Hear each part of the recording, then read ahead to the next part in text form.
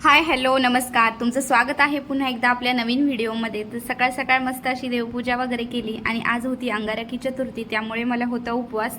तर म्हणलं मस्त अशी खिचडी वगैरे बनवते, तर त्यामुळे मी इथं बटाटे असे कच्चेच कट करून स्लाइस करून घेतल्या होत्या पातळ पातळ। आणि मला उकडलेल्या बटाट्यापेक्षा जे असे कट करून बटाटे घेतले ना कच्चे, तर त्याची खिचडी खरंच खायला खूप छान लागते। त्यानंतर शेंगदाण्याचा कूट, मिरची, मीठ याचं वाटण करून घेतलं होतं आणि मी शाबूस तांदूळ रात्री भिजू घालायचेच विसरले होते, त्यामुळे मग सकाळी घातलं। तर इथं खिचडी बनवायला पण लेट झालं, 12-1 वाजली होती। तर मस्त अशी खिचडी वगैरे परतून घेतली, त्यानंतर मग फराळ वगैरे करून घेतला। आणि श्रीषासाठी ना मी थोडेसे शाबूस तांदूळ वेगळे करून तिला पण मस्त अशी साबुदाण्याची खीर बनवली होती, तर तिला खाऊ घालून वगैरे झोपी लावलं। त्यानंतर मग आम्ही संध्याकाळी आज बाहेर गेलो होतो।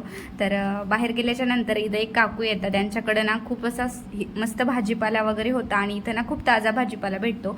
तर जाता जाता थोडासा भाजीपाला वगैरे घ्यायचं, मला कोथिंबीर, लिंबू आणि हिरवी मिरची घ्यायची होती, ते देखील घेतलं। त्यानंतर आम्ही पार्कमध्ये गेलो, श्रीषाला त्यांना थोडंसं खेळवलं। त्यानंतर घरी आल्याच्या नंतर मस्त अशी देवपूजा वगैरे केली आणि आज काही जास्त भूक नव्हती, उपवास पण सोडायचा होता, त्यामुळे म्हटलं धपाटे करूयात, जेणेकरून श्रीषा पण खूप आवडीने खाती।